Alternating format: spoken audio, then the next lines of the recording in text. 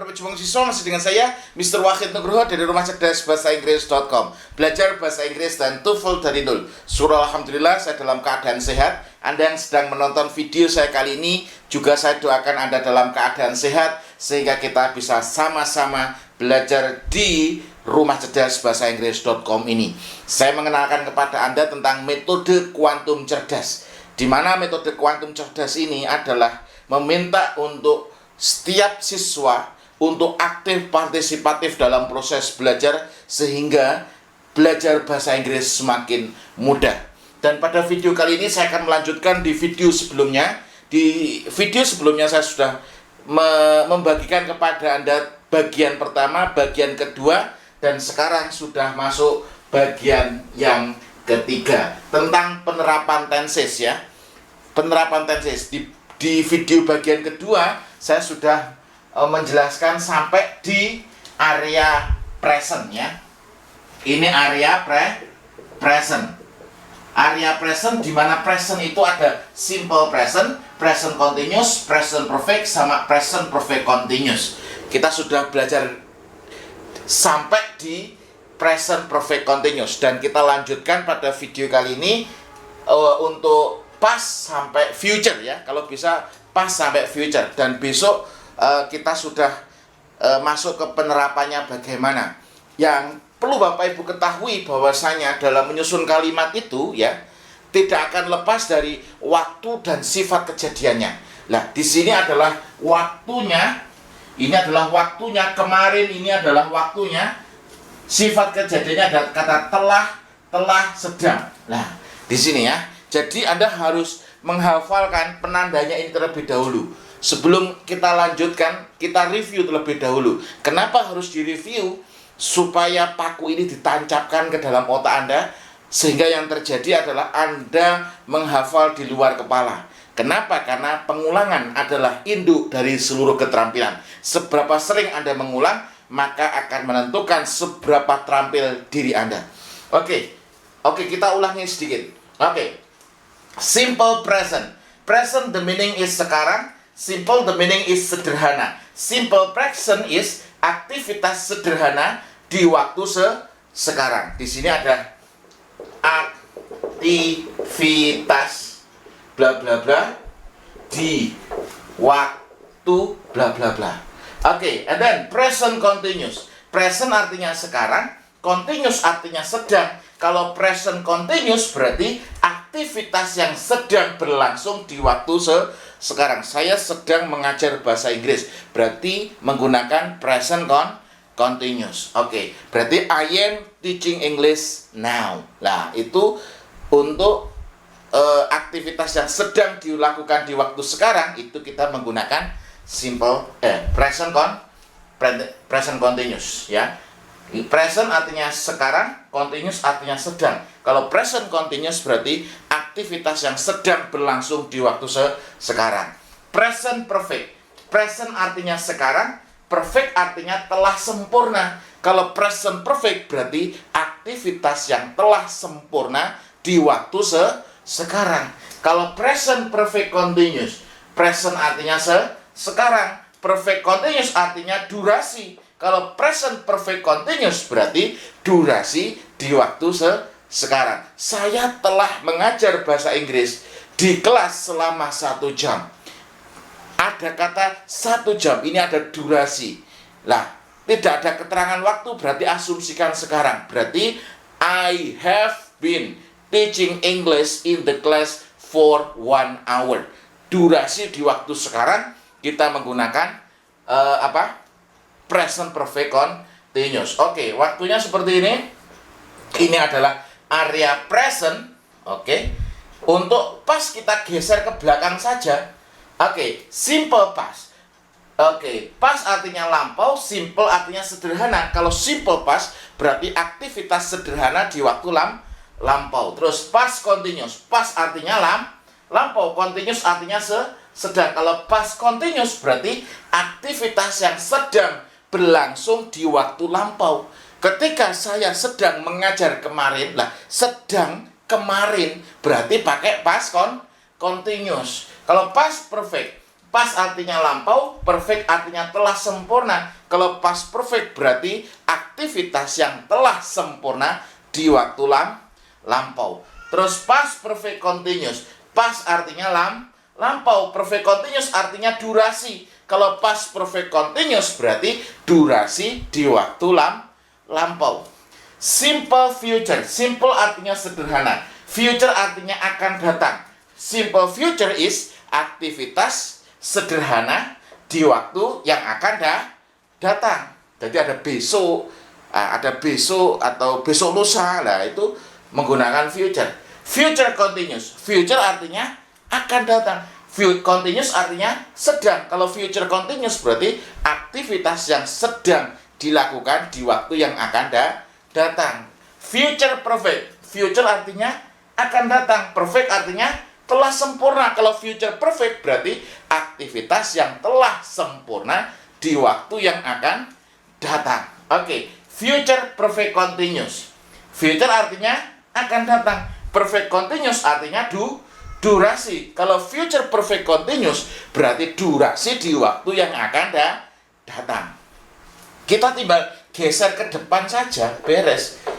Nah, ini fungsi dasar dari penggunaan tenses. Anda harus tahu ini ya.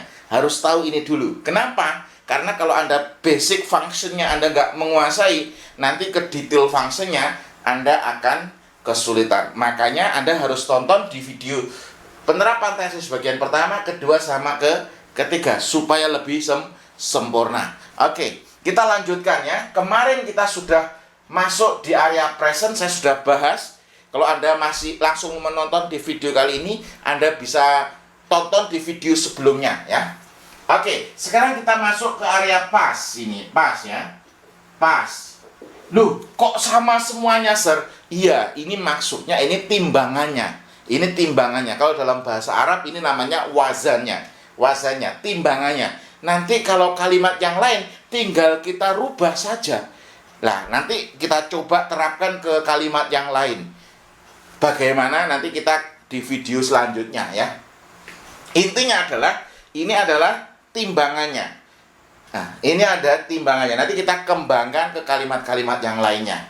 Oke, contoh mereka berbicara bahasa Inggris kemarin. Nah, berbicara itu ada speak, spoke, spoken, speaking, berbicara ya. Mereka berbicara bahasa Inggris kemarin. Nah, di sini tidak ada kata sedangnya, tidak ada kata telahnya, nggak ada durasinya, dan ada kata kemarin. Berarti ini adalah simple past. Kalimatnya they spoke English yesterday. They spoke English yesterday. Ya, ada speak, spoke, spoken, speaking. Oke, berbicara. Oke, speak, spoke, spoken, speaking, berbicara. Oke, speak bentuk pertama, spoke bentuk kedua, spoken bentuk ketiga, speaking adalah bentuk verb A. Oke, mereka berbicara bahasa Inggris kemarin. Ini adalah aktivitas sederhana di waktu lampau. Berarti kita menggunakan simple past. Berarti subject plus verb to plus object. Berarti they spoke English yesterday. Mereka tidak berbicara bahasa Inggris kemarin. Ini berarti adalah bentuk kalimat negatif. Berarti they did not speak ya. They did not speak. They did not speak English yesterday. Apakah mereka berbicara bahasa Inggris kemarin? Berarti did they speak English yesterday? Oke. Kemudian yang kedua adalah mereka sedang berbicara bahasa Inggris kemarin. Di sini ada kata sedang, ada kata kemarin. Sedang artinya continuous, kemarin artinya past. Berarti past continuous. Anda harus akses di otak Anda. Past itu verb to, continuous itu adalah be plus verb ing. Verb to sama be jadinya was were. Subject plus was or were plus verb ing plus object. Nah, seperti itu. Loh, kok bisa kalimatnya seperti itu? Anda harus belajar dari buku konsep belajar bahasa Inggris dari nol ini. Metodenya semuanya sudah saya bahas di sini. Dan di sini adalah salah satu materi yang ada dalam konsep belajar bahasa Inggris dari nol. Ini ada 120 video pembelajaran yang akan mengajari Anda bagaimana cara belajar bahasa Inggris dari nol. Mereka sedang berbicara bahasa Inggris kemarin. Berarti they were speaking English yesterday. They were speaking English yesterday. Kalau mereka tidak sedang, ini tidak sedang berbicara bahasa Inggris kemarin, berarti they were not speaking English yesterday. Apakah mereka sedang berbicara bahasa Inggris kemarin? Berarti were they speaking English yesterday? Oke. Kemudian mereka telah berbicara bahasa Inggris kemarin. Di sini ada kata telah kemarin. Telah ini artinya perfect. Ini ada past. Berarti past perfect. Past perfect, past itu verb 2, perfect itu adalah have or has plus verb 3. Verb 2 sama have or has jadinya had. Subject plus had plus verb 3 plus object. Kalimatnya, mereka telah berbicara bahasa Inggris kemarin, berarti they had spoken English yesterday. Kalau mereka telah, berarti lawannya belum. Mereka belum berbicara bahasa Inggris kemarin, berarti they had not spoken English yesterday. Apakah mereka telah berbicara bahasa Inggris kemarin? Kalimatnya had they spoken English yesterday? Oke, mereka telah berbicara bahasa Inggris selama 10 menit kemarin. Nah, di sini ada selama 10 menit. Berarti ini adalah durasi. Di waktu lampau, berarti past perfect continuous. Past perfect continuous Anda harus akses. Past itu verb 2, perfect continuous adalah have or has plus been plus verb ing. Have or has plus been, have or has plus been plus verb ing. Verb 2 sama have or has jadinya had. Subject plus had plus been plus verb ing plus object. Kalimatnya, mereka telah berbicara bahasa Inggris selama 10 menit kemarin. Berarti kalimatnya, they had been speaking English for 10 minutes yesterday. Mereka belum berbicara bahasa Inggris selama 10 menit kemarin. Di sini ada belum, berarti negatif. Berarti they had not been speaking English for 10 minutes yesterday. Apakah mereka telah berbicara bahasa Inggris selama 10 menit kemarin? Ada kata apakah, berarti adalah bentuk yes or no question. Berarti had they been speaking English for 10 minutes yesterday? Nah, Anda harus paham ini. Oke, bingung sir. Bingung itu baik. Artinya bingung itu adalah baik. Kenapa? Karena kalau Anda tidak bingung, berarti Anda tidak belajar. Bingung itu adalah proses bagaimana ilmu baru masuk ke otak Anda, dan otak Anda masih proses bercakap-cakap antara apa yang saya sampaikan kepada Anda, terus pada waktu itu otak Anda masih belum menerima. Lah, ketika otak Anda ini belum menerima, otak Anda masih bingung nih itu. Pertanyaannya, Anda berhenti atau terus? Kalau berhenti, Anda akan bingung selamanya. Tapi kalau Anda terus, Anda akan memahaminya. Kenapa? Karena otak Anda akan terus berusaha untuk menguasai. Ketika Anda sudah menguasai, tiba-tiba kepala Anda akan manggut. Nah, maksudnya Mr. Wahid seperti ini. Nah, berarti otak Anda sudah mulai menyerap. Jadi kalau Anda bingung, jangan berhenti. Kalau Anda bingung, Anda teruskan saja. Pokoknya Anda teruskan saja. Masih bingung, ulangi. Anda masih bingung, ulangi. Nah, ketika Anda bingung, terus Anda berhenti, Anda akan bingung selamanya. Tapi kalau Anda bingung, terus Anda lanjutkan, maka kebingungan Anda akan terpecahkan, akan solusi hadir. Dan jangan lupa Anda harus berdoa sebelum belajar. Oke, mereka akan berbicara bahasa Inggris besok. Di sini ada kata akan besok. Ini adalah simple future, aktivitas sederhana di waktu yang akan datang. Future will verb 1, simple 0. Verb 1 sama 0, verb 1. Subject plus will plus verb 1 plus object. Kalimatnya, mereka akan berbicara bahasa Inggris besok. They will speak English tomorrow. Kemudian, mereka tidak akan berbicara bahasa Inggris besok. Berarti they will not speak English tomorrow. Apakah mereka akan berbicara bahasa Inggris besok? You can say, will they speak English tomorrow? Nah, seperti itu ya.